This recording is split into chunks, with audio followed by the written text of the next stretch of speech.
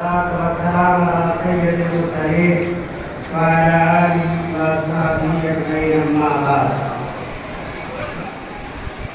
أعوذ بالله من الشيطان الرجيم بسم الله الرحمن الرحيم ومن آياته أن خلق لكم من أنفسكم أزواجا لتسكنوا إليها وجعل بينكم مودة ورحمة وقال النبي صلى الله عليه وسلم إن عالم النكاح ليس له مؤونة أو كما قال عليه الصلاة والسلام.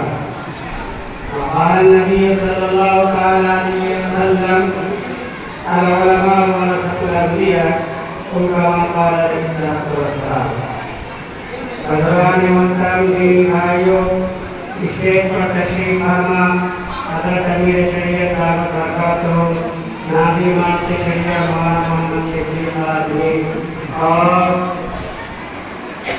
مہاراشٹر میں دین و ایمان کی روشنی پھیلانے والے حضرت مولانا جناب شاہد ناصری صاحب، اس کے علاوہ دیگر معززین ہیں جو اسٹیج پر تشریف فرما ہیں.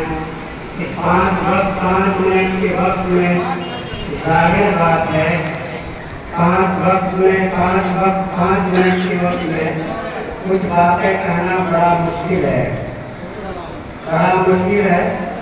لیکن بہرحال میں کوشش کرتا ہوں کہ 5 منٹ نہیں 3 یا 9 منٹ ایک بات 3 منٹ میں تو 3 باتیں مجھے آپ سبوں سے کہنی ہے.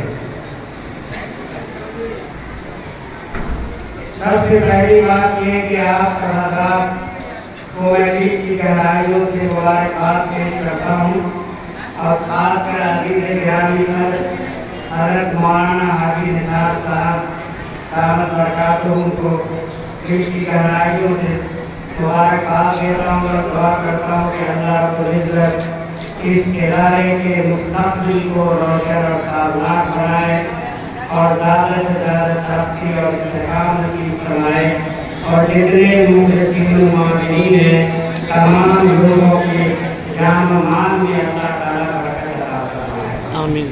جب تک زندہ رکھے ایمان اور اسلام کو زندہ رکھے اور جب جانے کا وقت آ جائے تو سب سروں کا خاتمہ ایمان پر نصیب فرمائے. آمین. یہ بڑا کام ہے اجتماعی طور پر شادی کرنے کا جو کام کیا ہے اور ان میں جو لوگ ہیں میں ان تمام لوگوں کو 2 باتیں نصیحت کرنا چاہتا ہوں، لڑکے کو بھی اور لڑکی کو بھی. لڑکا سے نصیحت کرنا چاہتا ہوں کہ اللہ نے قرآن خطبہ نکاح میں جو حدیث پڑھی جائے گی اس حدیث میں قرآن کی آیت پڑھی جائے گی اس میں 3 آیتیں ہیں. 3 آیتیں ہیں. تینوں آیتوں میں اللہ کہتا ہے کہ اللہ سے ڈرو، اللہ سے ڈرو، اللہ سے ڈرو. تم لوگ قرآن پڑھو، اچھا تو پڑھنا آسان ہے، موبائل کو دیکھتے ہو، کم سے کم موبائل میں قرآن کو پڑھنے کی کوشش کرو تو بہت کچھ کو سمجھ میں آ جائے گا. اگر قرآن پڑھنے میں موبائل کا استعمال کیا، دینی تعلیم میں استعمال کیا تو بڑا مفید ہو سکتا ہے. تو قرآن میں اللہ نے کہا اللہ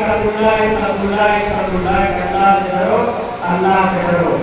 پہلے نکاح قبول کرتا ہے شوہر، نکاح قبول کرتا ہے لڑکا اور اس قبولیت کی تصدیق کرتی ہے لڑکی. بات کی پہلے طے پا جاتی ہے.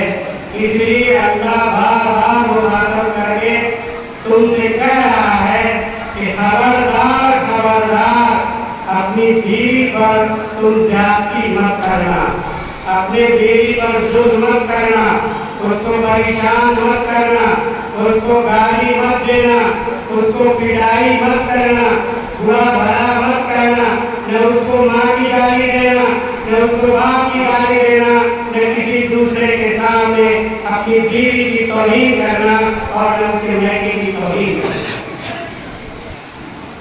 اور بیوی سے کہا گیا، اللہ کے رسول نے کہا، بیوی سے کہا کہ جو عورت 5 وقت کی نماز پڑھے، جو عورت 5 وقت کی نماز پڑھے اور اپنے شوہر کی بات مانے، جنت کے جس دروازے جائے تو جنت میں داخل ہو جائے. یہ دو حدیث ہیں, دو مفہوم ہے, اس کو ہم سبوں کو سمجھنا چاہیے.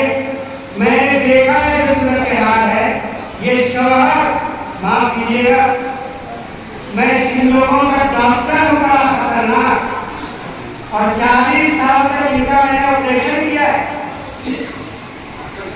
معمولی باتوں پہ ایسے الفاظ استعمال کر جاتے ہیں, ایسے الفاظ استعمال کر جاتے ہیں جن کو شریعت نے کہا کہ وہ بچا کے رکھو.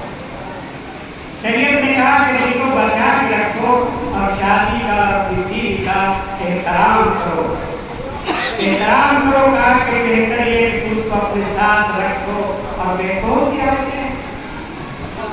اس لیے تم سب وعدہ کرو کہ آج کے اس مبارک مجلس میں جو تمہارا نکاح ہو رہا ہے تم اپنی بیوی کا حق ادا کرو. انشاءاللہ کرو گے, زور سے بولو. تم ان کو برا بھلا نہیں کرو گے, بولو زور سے, برا بھلا نہیں کرو گے, اور نماز کی پابندی کرو گے.